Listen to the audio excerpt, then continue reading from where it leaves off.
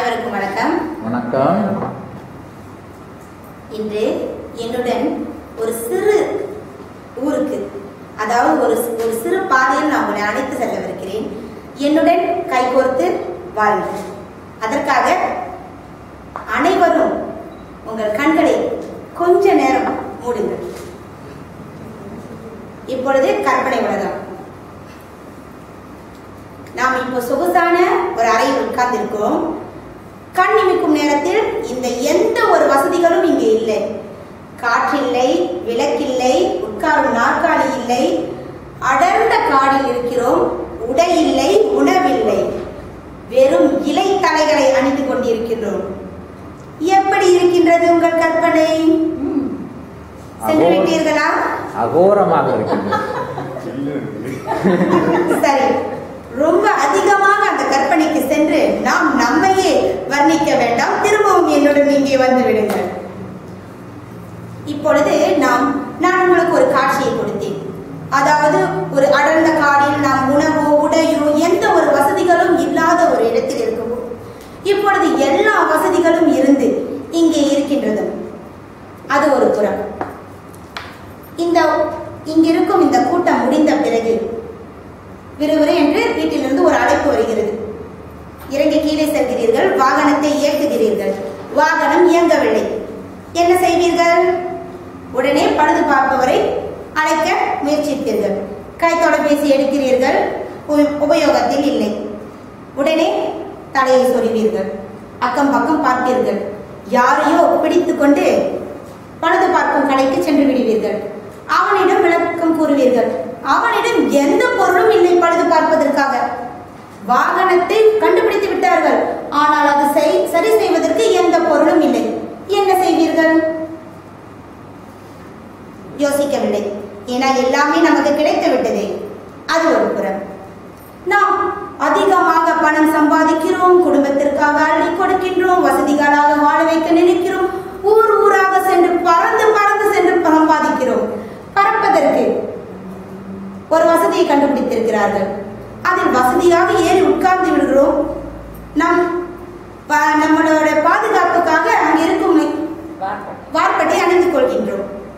உட்கார்ந்து கொண்டு இப்பொழுது போய் அந்த மீட்டிங் அதை முடிச்சுட்டு இந்த பிசினஸ் இந்த சைன் பண்ணிட்டு இந்த காசை வாங்கிட்டு வந்துடணும். அப்படிதான் நினைக்கிறோம். யார் அதை கண்டுபிடித்தார்கள் என்று நினைக்கிறோமா? நினைத்து பார்ப்பதுண்டா? எவனோ ஒருவன் கண்டுபிடித்து வைத்ததை நன்றாக வசதியாக உட்கார்ந்து கொண்டு காலாட்டி கொண்டு நாம் அனுபவிக்கிறோம். எவனுக்கோ தோன்றியது. எவன் மூளையிலோ பல்ப் எரிந்தது. யார்? எடிசன் மூளையில் எரிந்தது அந்த பல்பு. உடனே நமக்கு ஒரு பல்ப், லைட். ரைட் சகோதரருக்கு எரிந்தது லைட். உடனே நமக்கு விமானம். இப்படி ஒவ்வொருத்தருக்கும் தோன்றியது எரிந்த விளக்கின் மூலம்தான் பல கண்டுபிடிப்புகள் வந்துள்ளன. அந்த கண்டுபிடிப்புகளை கொண்டு நாம் வசதியாக வாழ்கிறோமே தவிர அது எப்படி வந்தது என்று ஆராய்கிறோமா? அல்லது நாம் தான் கண்டுபிடிக்க ஏதாவது முயற்சி செய்கிறோமா? இல்லை. சரி, கண்டுபிடிக்க விடவில்லை. ஆதி காலத்தில் மனிதர்கள் காட்டில் வசிக்கும் போது இலை தடைகளை கொண்டு உடுத்திக் கொண்டிருந்தார்கள். பச்சையாக மாமிசங்களை எடுத்து உண்டு கொண்டிருந்தார்கள். அவர்கள் எப்படி உடையை கண்டுபிடித்தார்கள்? அங்கு எவனுக்கோ தோன்றியது, எவனுக்கோ பல்ப் அடித்தது. உடனே உடையை கண்டுபிடித்து விட்டான். மின்னல் இடி விழும்பொழுது இலைகளில் பட்டு நெருப்பாக வந்தது. அந்த நெருப்பை கண்டு ஆதி மனிதன் ஓடி ஒளிந்தான், பயந்தான். எவ்வளவு நாள் ஓட முடியும்? எவ்வளவு நாள்? இடிதான் இடிப்பதை நிறுத்தி விடுமா? இல்லை, ஆண்டவன் ஆடா இந்த மனிதர்கள் பயப்படுகிறார்கள், இனி இடி வேண்டாம் என்று சொல்லிவிடுவாரா? இல்லை. ஒரு நாள் நின்று பார்த்தான். தெரிகிறதா? இதிலிருந்து என்ன கண்டுபிடிக்க முடியும் என்று அவன் படுப்பை தட்டினான். எரிந்தது. அந்த நெருப்பை கொண்டு குளிர் காய்ந்தான். உடலுக்கு வெப்பத்தை கொண்டு வந்தான்.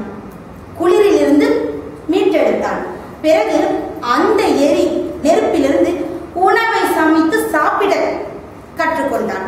அவனுடைய பரிமாண வளர்ச்சியை பாருங்கள். நெருப்பை கண்டு பயந்தவன் உணவை உண்டு சமைத்தான். பிறகு அந்த நெருப்பிலிருந்து என்ன கண்டுபிடிக்க முடியும் என்று அவனை அவன் வளர்த்து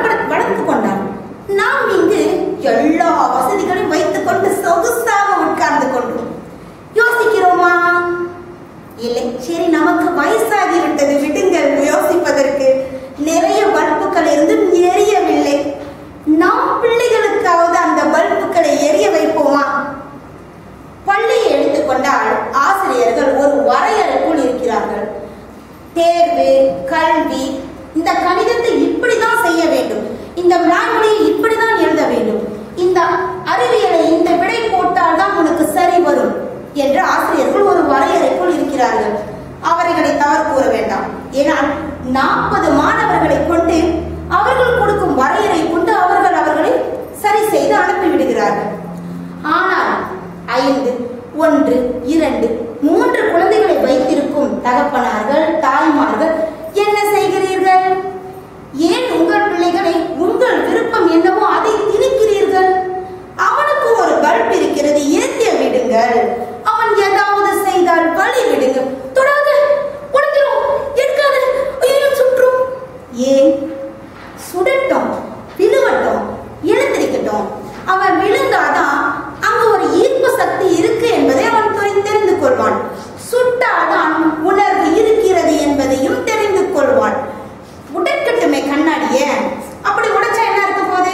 திரும்பவும் வாங்கிக்கலாம். நீங்க எல்லாரும் நல்ல மல்டி மில்லியன் பிசினஸ்மேன், உடைக்கிறீர்கள், குடும்பத்திற்காக கொடுக்கிறீர்கள், உடைக்கட்டும். ஏதாவது பழுது பார்க்கட்டும். இப்பொழுது குழந்தைகளை எடுத்துக்கொண்டால் சிறு குழந்தையாக இருக்கட்டும். என் வீட்டில் ஒரு குழந்தை இருக்கிறார்.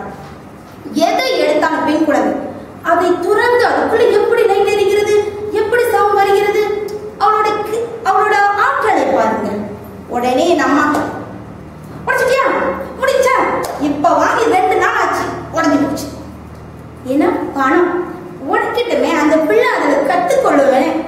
வயதானவர்கள், இளம் பெற்றோர்களே, நீங்கள் உங்கள் பிள்ளைகளுக்குள் நிறைய இருக்கும் பல்புகளை எரிய விடுங்கள்.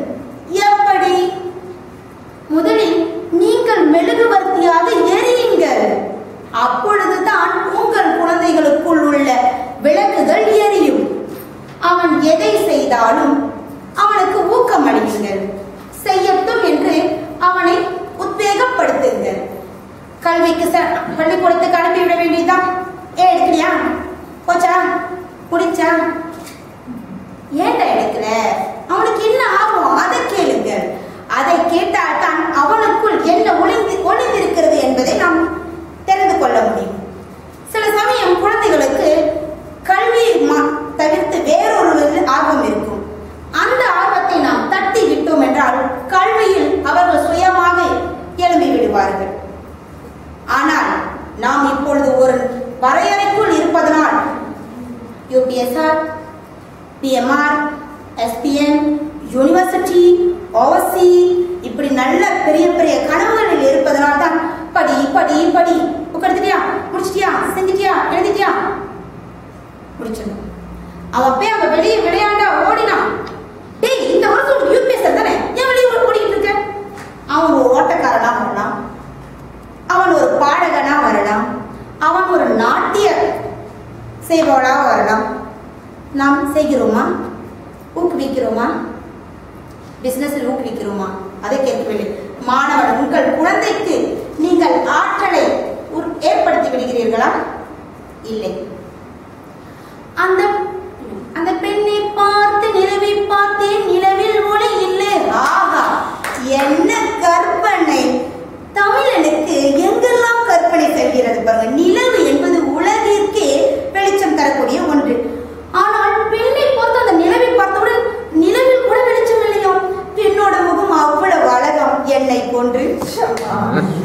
அப்படி கற்பனை செய்யக்கூடிய தமிழன் அவனுடைய கற்பனை வளத்தை வளர்க்க வேண்டும். ஆனால் நம் இளைஞர்களுக்கு இப்பொழுது பல்ப் பெறுகிறது. என்ன பல்ப்? சிவப்பு பல்ப். எங்காவது ஒரு சண்டையை பார்க்க வேண்டுமே, நரம்பு ஏறுகிறது, உடனே ஏறுகிறது சிவப்பு எழுக்கு. கத்தையை எடுக்கிறான், வெட்டுகிறான். இப்பொழுது முகமுடியை கொண்டு போடுவதில்லை. அந்த அளவுக்கு நம் இளைஞர்கள் எரிய விடுகிறார்கள். தவறான விளக்கை எரிய விட்டு விடாதீர்கள். பெற்றோர்களாகிய உங்கள் அனைவருக்கும் இந்த பொறுப்பு இருக்கிறது. ஆகையால் எரியுங்கள். உங்கள் குழந்தைகளுக்குள் உள்ள லைட்டை, விளக்கை எரிய விடுங்கள். நன்றி.